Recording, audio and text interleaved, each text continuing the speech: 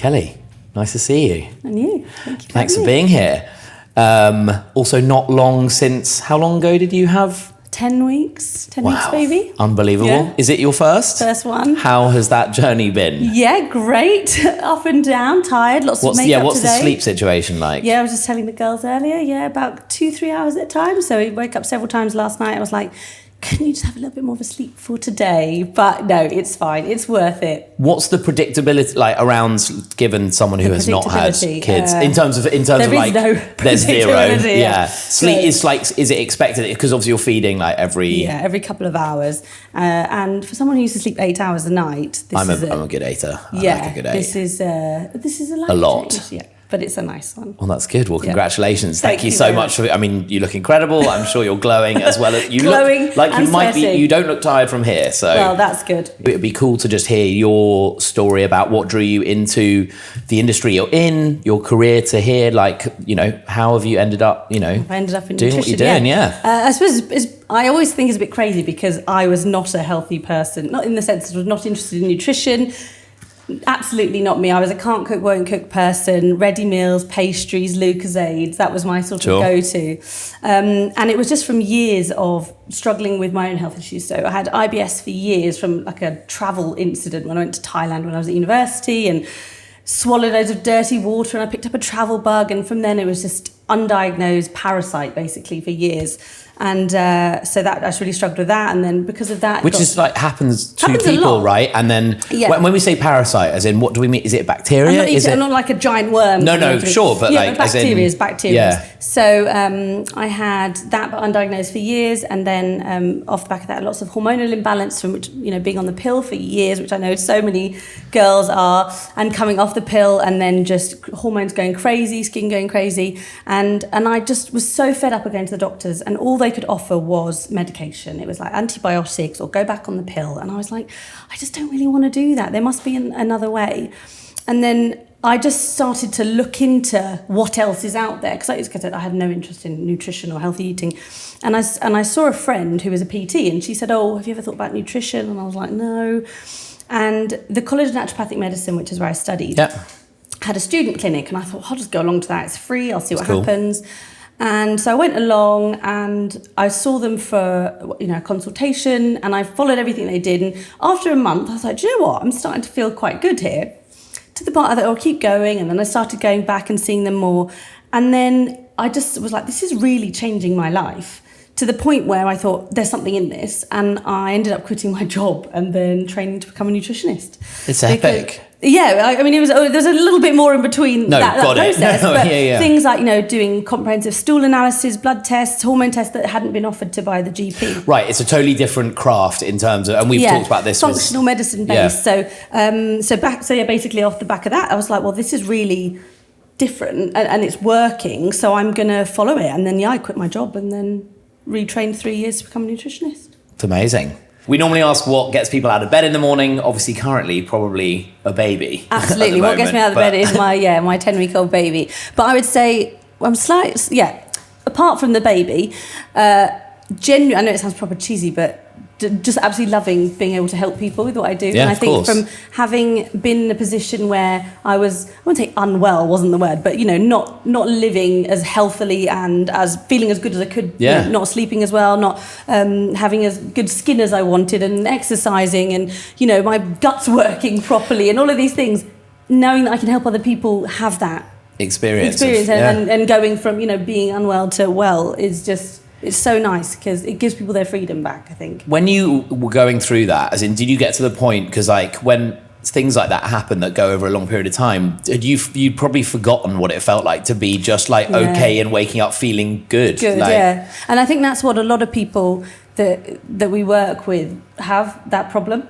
So for example, when you have had symptoms for so long, it just becomes normal. Right. And you're like, oh, well, I've always had IBS, so I've always had skin issues, I've always never slept, I've always been anxious, and you think, well, you don't have to be like that. It's become your normal, but it's not necessarily that it needs to be your normal. And so when you help people understand that it doesn't have to be like that and you can improve their life, it's so rewarding. And I think obviously when you've been through something yourself, you can say, I always say, look, I'm my own best experiment, because most of the things that I ask my clients to do, I've done myself. So whether it's the diet, whether it's the testing, whether it's, the supplements, I've done it. So I can say, look, I know you might be a bit daunted by this, but I can really support you, and you will feel better for it. So yeah, it is just sort of going through that, the motions of telling people, this is where you are, but this is where you can be. And then they're like, oh, okay, yeah. And then when I think the best thing is what helped me get me out of bed is when people are always dubious at the beginning, because they're like, oh, she's just going to take my money, is this going to work? Yeah, it's just another fad. And then I would say the first month they usually start to see the biggest transformation and improvements, and then they're really spurred on to keep going and wanting to do it, and they're like, oh, okay, this is going to be how I'm going to live. And it's amazing to see. So rewarding. Yeah, it's so lovely. Just watching people's quality of life just change. And also people who've been, and this has been like a common theme amongst, the other people on the Wellness Council, experts of all their different areas, doctors as well, is this like massive gap in the current approach to symptoms of any disease, where nutrition just is not part of the standard training for doctors, and doctors are amazing, and like it's just not been built into that yet, but it feels like it's starting to open up in terms of, and that's the thing we were talking about, is there needs to be this kind of element of like, listen, we've tried steroids on, say, a skin problem for like many times. You know what? You should probably go and see a nutritionist or someone who specializes in gut health. Right? What's the cause as opposed to the symptom, and treating that? So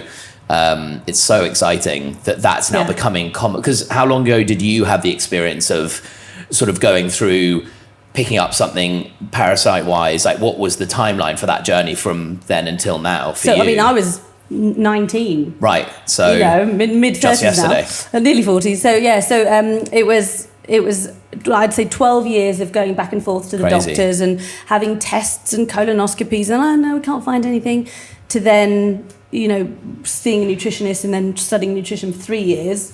So it was sort of over that time period, I would say, a couple of years, but because obviously I was learning as I was doing it. But now it's been 4 years since I've had my clinic. Amazing. Helping people, so. That's epic. Yeah. So cool. On that, in terms of exciting things you're seeing in the industry, in your, and I think it is an industry, Absolutely. Probably it sounds a bit of a kind of like business focused journey, but that's exactly what it is. Yeah. So what are you seeing? What's changing? What has changed? And like, obviously you have been on that journey for a while. What are you seeing that's happening both in clients and also what's out there in terms of offering? I would say there's probably 3 big areas that I think that are coming up. So one is probably not a new area for most people, which is gut health, because people hear about gut health way more than they probably did 10 years ago, and they're sort of more, it's more mainstream knowing that gut health is important. I don't think most people know why it's important, but they know. I think it's a word, but and then I don't think they know what that means. But they're like, people think, oh, do I need probiotics or, fermented foods? Gut health is a big area, and I can talk, for days on that. That's a big specialist area in my clinic.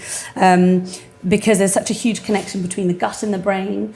We have a gut-brain axis, which means that whatever's going on, mentally for us can have a direct impact on the makeup of our gut microbiome and the inflammation and how we're starting to process foods and vice versa? Absolutely vice versa. So, I find a lot of clients, if they've got really severe gut issues, you're not digesting and absorbing properly, or you've got a leaky gut, all of that can then have a knock-on impact, mentally as well, and through the nervous system, because we have, things that if they start to leak into the bloodstream from having a leaky gut, for example, that can then cross the blood-brain barrier, which can cause more, as I say, confusion, concentration issues, or brain fog, or mood swings. There is a huge two-way connection between everything in the body. We have these feedback loops, but there's a massive one between the gut and the brain.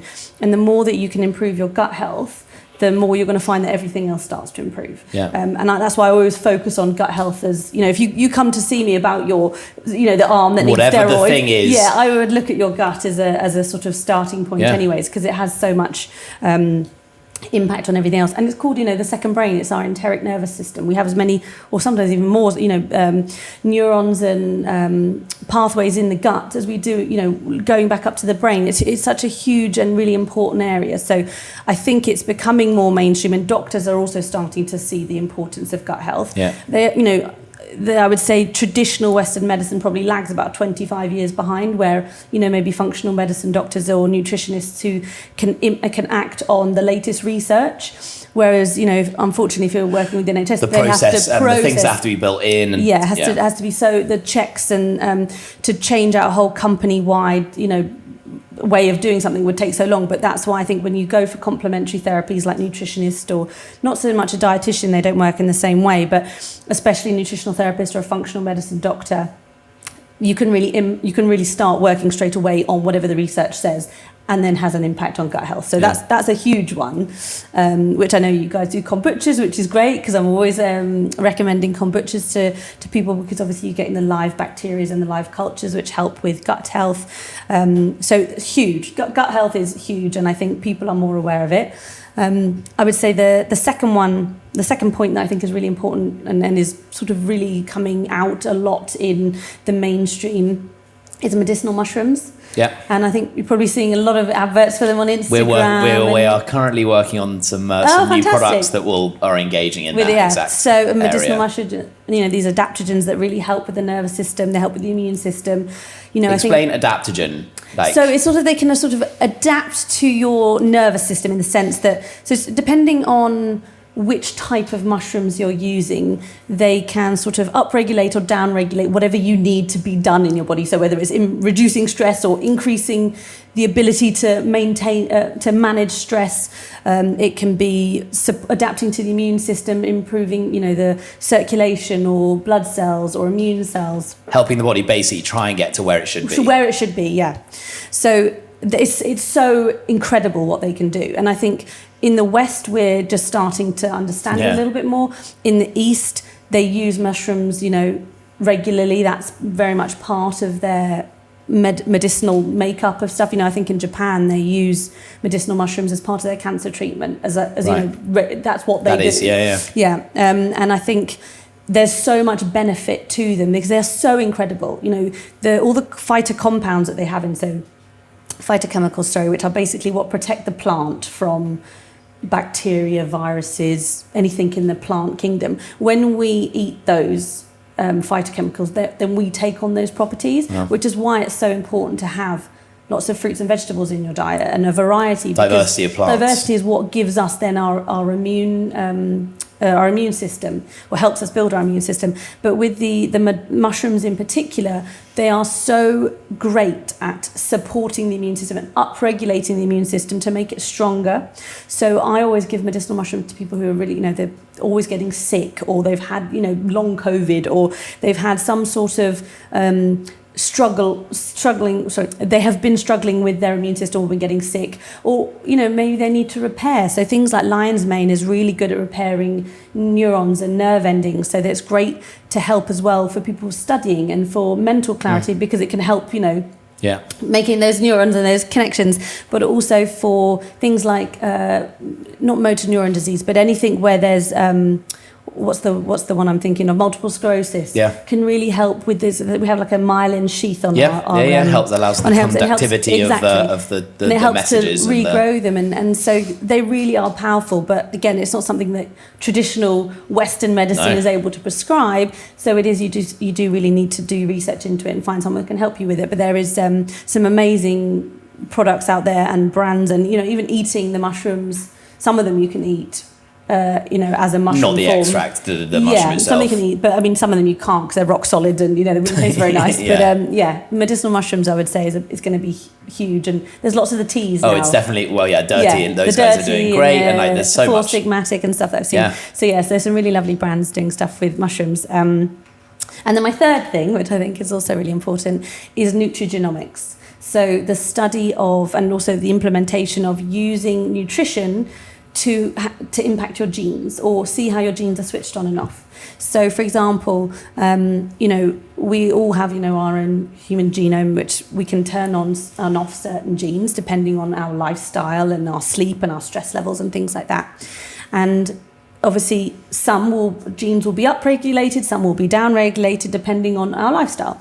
Now obviously we want some genes to be on and some off. You probably want the cancer genes to be switched off, but you'd probably quite like some of your your histamine genes, which help process histamine, which is in food and can give you allergies, to be at a good level and not upregulated, so you're sneezing all the time or having allergic reactions. And I've found that that's been something that's been really interesting in the last few years, is looking at genetics of certain clients to see, right, okay, we've tried all of these other things, it's not worked, or we're not getting the results we want. Is there a genetic component which is prohibiting you from being as well as you could be? Yeah. And often that is the case, and it's sometimes, we have so many pathways in our body, and one pathway connects into another pathway, and there's all these sort of like loops of pathways that are interconnected, and we need cofactors, so certain vitamins and minerals, and we may be lacking in them or not lacking in them, and depending on these genes, or dependent whether we're processing them properly, if I'm making sense with all of this. No, absolutely. So it's really interesting because we can start to support the the gene that may not be working properly by putting in their cofactors. It could be zinc, it could be B12, it could be you need iodine, it could be molybdenum, it could be whatever it needs to be on that particular pathway. And once you start to support those pathways and those genes that are maybe have SNPs on, or single nucleotide polymorphism, which is the slight sort of defect in the gene, means then that you might get the results you want because you're able to support it through food, through supplements, through improving stress or whatever it is that you need to do. So it can be complicated because you've got a lot of pathways to work out together. But at the same time, I think it's really interesting, and I think that will probably be a lot more, or that will be sort of the future of starting to become well, of course, we're going to look at your genomic structure to then say, okay, well, here are some of the commonalities that everyone has and you need, and then there are things that are very specific to you because of your, genetic makeup. Or the SNPs that you may have in these genes. And I don't think it'll be anytime soon, but I think that, especially complementary healthcare, nutrition and functional medicine doctors can already do that. But I do think eventually that will start to be the norm, because especially with medication where, so many people, especially if you take antidepressants, for example, so many people take antidepressants, but I can't remember the percentage, don't actually work on them because of their genetic makeup and how their nervous system works. They don't actually have the impact they need. And so through genetic testing, you can start to test, do you have, what sort of medicines would this work for you versus this? Yeah. And you can test some of that already. And I think in the future, that will probably be a lot more commonplace. Well, it feels like, we know our blood type because we've needed to know that for a long time in regular medicine for lots of reasons from when you're born, right? But you can see a version of the world where it's like, here are the things that from a food perspective, you as a person will probably need to know in terms of where you should be focusing in terms of diet. But absolutely. And I think as well, if you've ever done a DNA test, there's 23andMe or there's a couple of Life Code GXD ones, and they test for some of the more common diseases as well. Yeah. And so obviously you don't want to scare yourself to thinking, okay, I've got the Alzheimer's gene or the BRCA gene, am I going to get breast cancer or all these things? But I think if people do test and they know, okay, do you know what, I have that gene and it's switched on and I am more susceptible to getting that, they may then make different lifestyle choices based on the fact they know, well, if I don't look after myself, I could turn that gene on and then I'm more likely to get that. Which can be a bit scary for some people, but also for other people is empowering because they know there's a family history of it and they really want to protect themselves. So again, I think that's another really exciting area. Yeah. So, there's so much, it is every time we have anyone who is expert level of this stuff, the team are always obsessed afterwards. We just going away doing their DNA tests. Well, that's what we have already. Emily has already been over to essentially do a program of testing of doing all these things with one of the other panel members, and we were because we want her to write about that experience, and we'll probably do the same with you because we want to be learning and just building that into why we're passionate about what we do, which it starts out in one place and moving to another. So outcomes, some really good, I'm sure you've had loads in terms of just any particular clients that you've had some really good, that obviously don't name them or anything, but in terms of just things that have really touched you in terms of seeing something specific that might be a common thing, like a skin problem or any part of someone's life. I would say a couple of gut ones, because obviously gut's a lot that we do. I've had a couple of clients who've been on PPIs for about 20 years. PPIs? So PPIs, proton pump inhibitors, which are omeprazole or acid reflux medication, which I think so many people seem to be on acid reflux medication. And they were on for about 20 years, had the worst, reflux and issues. And and they've been on them for 20 years, but they still had reflux, and we managed to get her off all of her medication, manage everything naturally, and she was just like, I cannot believe it. She struggled to sleep because she couldn't sleep lying down properly, because she was getting and couldn't really eat much food, never really went out to eat, and that was a big struggle for her. And so she managed life-changing. So she was like, I can't believe I'm off my medicine, and the doctor couldn't believe it either. So that was a really lovely one. But I see that a lot, people being prescribed PPIs when they probably don't need them, because they think they've got too much acid, and actually it's not enough acid, which is why all the food's sitting in your tummy, and then it's putrefying and then causing you to have reflux. But anyways, so that sort of thing we see quite a lot. Another lady as well, I think she said she'd been on a restrictive diet since 96, which is quite a while. That's a long She was while. literally eating chicken and a couple of vegetables because she's reacted so much to so many foods. And we did a comprehensive stool analysis that I was talking about earlier. We found out what was going on in the gut. We looked at the makeup of her bacteria Biome, levels, her biome, but we also looked at how she was breaking down fats and proteins, supported her with the right enzymes and the right nutrition and supplements. And she can eat whatever now. And she was like, I cannot believe, she's like, I've literally been since 1996. And she was like, it's like a third of your life that you just haven't been able to do. It was crazy. So she was stuff. just like, I cannot believe that this has changed, has that changed her life, which is amazing. And then a lot is, making couples have a baby, which has been lovely.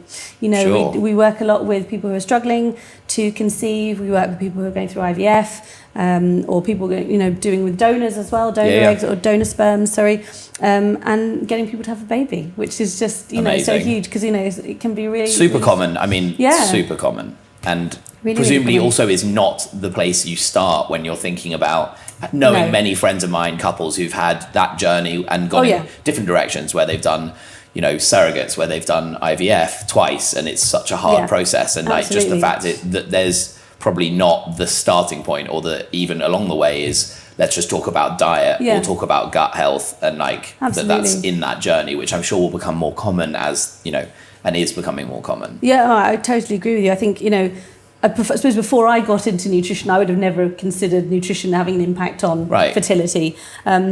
But I can't tell you how important it is on fertility, and also specifically for the man as well. I was going to say, because especially for guys, we're a bit like, they either have two tails or they don't. Like that is probably how basic you're thinking about it. And I think, we see a lot is, it's the women that tend to come to us, because I think the women are the ones that seem to be a bit more interested in looking after their health. I think there's a feeling of like women are just fundamentally more engaged with their health because you have a monthly cycle, which requires from the age of, very young to be engaged in this concept, whereas guys are just sort of idiots running around but bumping their heads into walls. And I think but getting the man involved has really transformed the way that people are able to become pregnant, more easily, because it's 50-50. You've got a sperm and an egg to make a baby. Really? That's not what the patriarchy said for a long time. But that's the best feeling, is to be able to help someone conceive, or even if they have been struggling naturally, but to know that they end up going on to have successful IVF, which I think is becoming more and more common. I think it's like 1 in 7 now people going through IVF, which I know so many people going through IVF. I think it's both that it's now less scary, and 2, people having kids later, which means it just is naturally a part of the process. But absolutely, but I think that it's understanding what you eat impacts the quality of your egg and the quality of your sperm. And if you want to have a viable pregnancy, often pregnancies, they end early in a miscarriage or a chemical pregnancy, where it's not really got to sort of a fetus stage, is often because of the DNA damage between either the egg and the sperm. And obviously, as we age, our DNA replication process gets more deleterious, less accurate, more disrupted. Exactly. And so if you need it to be perfect to make the sperm and an egg, fertilize and become that embryo and into the blastocyst stage. And I think if you can improve your health, you will improve, the fluid around the egg, where that sits. You will improve the quality of the sperm, the shape of it. Is it swimming in the right direction? And you will improve the DNA of that as well, because often you can get sort of fragmented DNA, especially with sperm. That has such an impact on how you then go on to conceive. And nutrition and lifestyle, stress, lots to do with the temperature of the scrotum as well, has a big impact of that. But all of those things really do help. And I think that, when we help someone have a baby, it's just, miracle new time. life. Yeah, it is. Totally. Yeah, it's just life-changing for Absolutely, people. yeah. But all of this stuff, it's just incredible. And like, I mean, I remember reading like the Gerson therapy. Do you ever know that book? Oh, yes. It's from like the 20s, which is about cancer research. And like, it was in the States, and it's like, they were something like 2 votes in Congress away from making nutrition be a part of the National Health Service, and that approach, and it didn't pass, and therefore we've had 100 years of not focusing around it, which is mad. I think we would be so much more advanced and further on with people eating well, being well, less medication, if that had come off. Yeah, mad. You know? But it's happening, which is good. Finally happening. It is, you know? What's your personal approach to nutrition? Like, how are you approaching? Do you test yourself often, or do you feel like you've got to a place where that's not necessary? Like, how does someone approach that, I suppose? I mean, I'd say, like I said, I'm my own best guinea pig. I've done so many. Totally. I've done the stool test, the blood test, the DNA tests. No, I do tend to test sometimes. I suppose you have when you know more, then you probably end up wanting to know more because you're well, why isn't that quite as good as it could be? Right, I need to test this. Yeah. So you can sort of go down a rabbit hole with it. But I don't think you necessarily need to start with testing. Yeah. I do think it helps. I always say, if you have the budget and you're able to, you will get great results from testing because we know where we're starting from. Yeah. But I would say generally, the biggest thing for nutrition is eating more vegetables. Yeah. I think eating vegetables is just going to do wonders for you, which I know sounds silly, but if you can just improve that, because like I said earlier, with the phytochemicals that come from the plants, that's what helps to build your immune system. Your immune system is going to make you strong and healthy, and then you've got more energy, and then you sleep better. All of that is just going to improve your life, exponentially. So just more vegetables. That's pleasing. Well, as a plant-based food company, that's really great news. So how do you manage stress in your life? I mean, you've got a lot going on. I do have a lot going on, but do you know what? And I know this sounds probably the most cheesy thing ever to say, but do you remember that Baz Luhrmann sunscreen song? Yeah. And he always, I can't remember, there's a bit in it when he talks about worrying is as useful as trying to solve an algebra equation by chewing bubble gum. Yeah. And I was thinking, and then he said something like, the things that really are worth worrying about are things that like blindside you on a Tuesday at 4:00. When you get that phone call, them coming and you're like, oh, that's not good news. Yeah. And I always just try and think like that, because there is no point in worrying about things for the sake of worrying. And it is those things that do blindside you at 4:00 on a Tuesday that are worth worrying about. But you can't worry about them all the time, like, someone's in hospital or someone's had a car crash. You're not going to sit and worry about them all the time. So it's with everything else that goes on in your life, I think I'm quite good at blocking out the noise of things that you could worry about, because I think, what's the point? Yeah. Really, what is the point? Can't control it, therefore. Yeah, exactly. And I think one thing I learned from when I worked with a coach once was they were like, don't strive for perfection. 70% is perfect. Because only you are going to know if you're sort of striving for it. 70%, everyone else thinks is great, And it's not as though I think you should lower your standards, but there's no point in stressing to the point where it's making you ill. Yeah. And so I've always just tried to take that on. I think of Baz Luhrmann, think of 70%. Yeah. And then I'm like, right, okay, that's fine. I like that. That'll do. But you need those hooks. Like there are things like that for me, which I'm like, they're just good quotes that you have to come back to, and you keep coming back to. They kind of ground you back in these set of things that like resonate for you. And absolutely.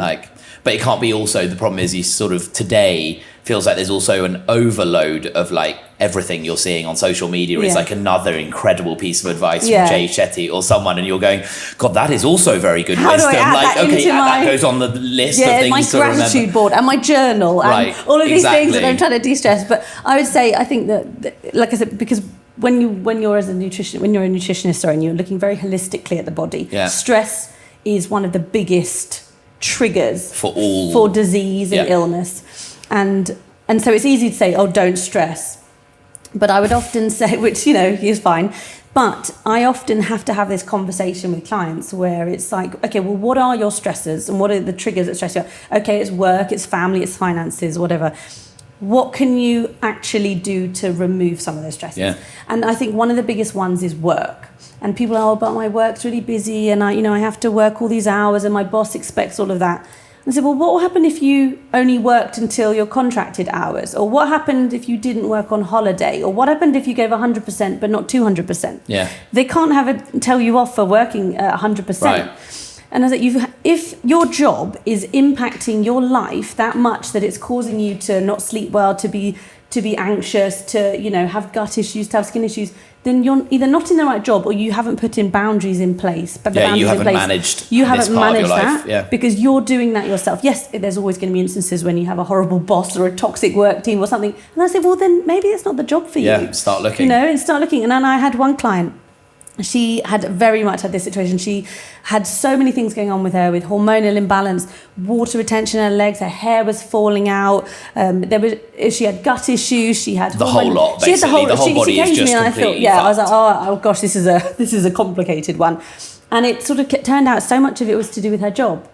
And she quit her job and got a new job. And then it was just a bit like me. She ended up is now enrolled to become a nutritionist because she was like, I cannot believe the power of what has actually happened and how much stress was impacting me. So it is, get rid of the stress if you can. Yeah, find a way. You have to want to get rid of that stress. Yeah, and recognise that it's not normal. It's not the other normal, part. It's no. like you should not be living in that way. No, absolutely. And I think as well, if we lived in a hot country, say we all lived in Spain and it was a beautiful sunny day every day, we wouldn't want to be working till 7, 8 o'clock at night because we'd want to be at the beach. We'd want to be having an Aperol Spritz out on the balcony. Sure. But, you know, half the time I think, our problem in England is because so much of the weather is not the greatest half the year. You do just end up working because you're not desperate to go outside. Whereas in the summer, when it's sunny, we're all desperate to get outside, aren't we? We're like, work can wait. Yeah, totally. You know, and if we had that mentality all year round, we'd probably all be a little bit happier and less stressed. And that's why I drink at lunch every day at work. Exactly.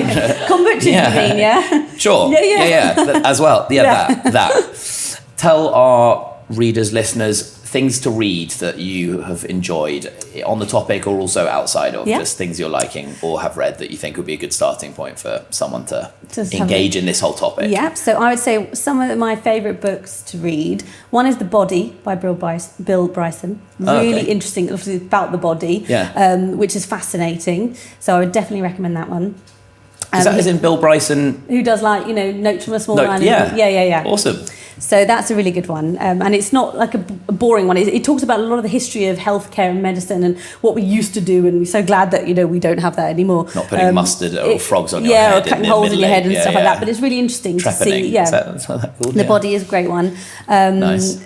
The Science of Yoga. I find that really interesting. I say I used to be a yoga teacher. I am a yoga teacher, not teaching now. But the Science of Yoga, very much interesting about how yoga came about, how it impacts the body, how it impacts the mind, what you can do about it, but also the science behind it and how it actually impacts us, on a sort of mental and a physical level. I find that really interesting.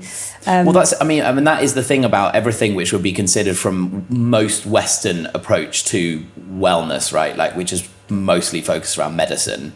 Like, all of these things are we have sort of learnt by contagion that it's like, oh, you should try yoga. It's really good and you'll feel more relaxed. But what we haven't done, because we historically like data, or we like to know some science that makes us believe, because it's not culturally been built in, whereas it has in, Eastern cultures or Ayurvedic foods, is that bit's now happening, where it's like, here's the reason that yoga does what it does. It's because of breath, it's because of all these things, and so that's where you kind of, especially Brits, we're cynics, so we like to be really convinced with something factual. We want to know. But actually, talking about breath work, actually another one that I've been reading is the Wim Hof.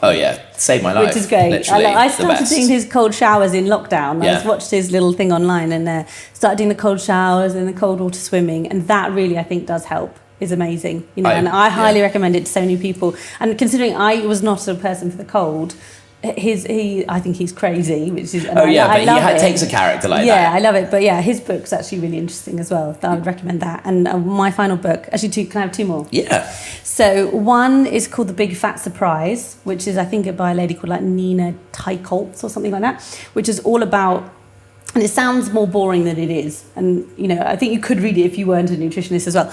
It's about how, in the 90s, everyone was like, fat was the worst thing bad, ever. And actually we realised that fat isn't bad. We need fat. So I always say to people, fats don't make you fat, they make you smart. You need fat.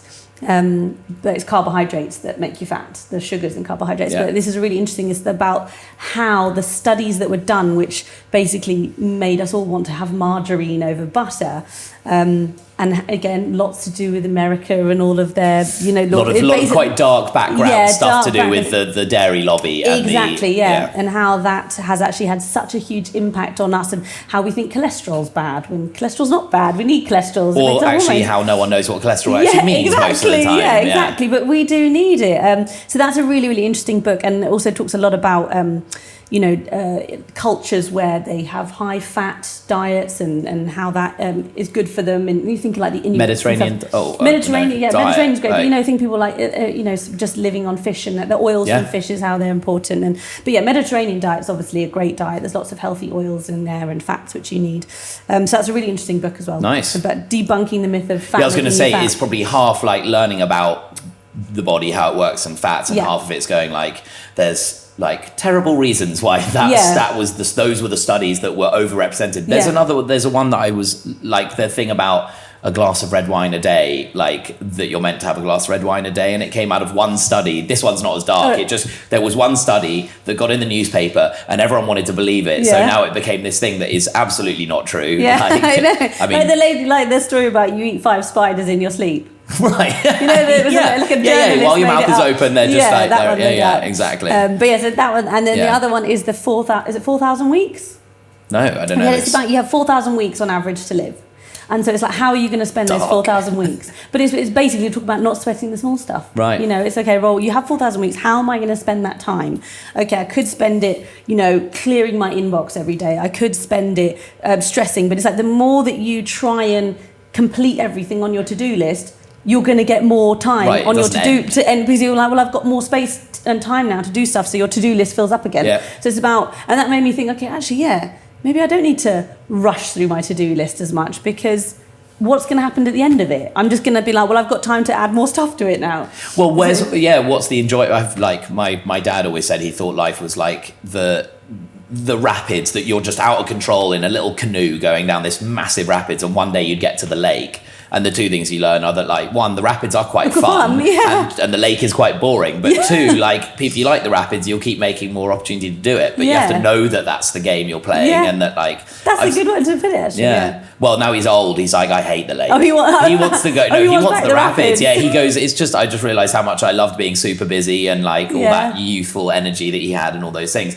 There's definitely, I've seen a chart that's the 4,000 weeks that you can get, that you can tick off. I'm like, that's like, there's something about that is like amazing to look at, but slightly terrifying. And then I think there's one, I've seen that chart as well, where it's like all the weeks of the year and about how much time you spend with your parents. Okay. Have you seen that? So it shows you like the first 18 years is sort of blocked out. And there's this massive, and it just drops off. And then it's like you could count the amount of times that you probably see your parents from 18 to when you die, because it becomes less and less and less, and actually, valuing your parents and wanting to spend time with them.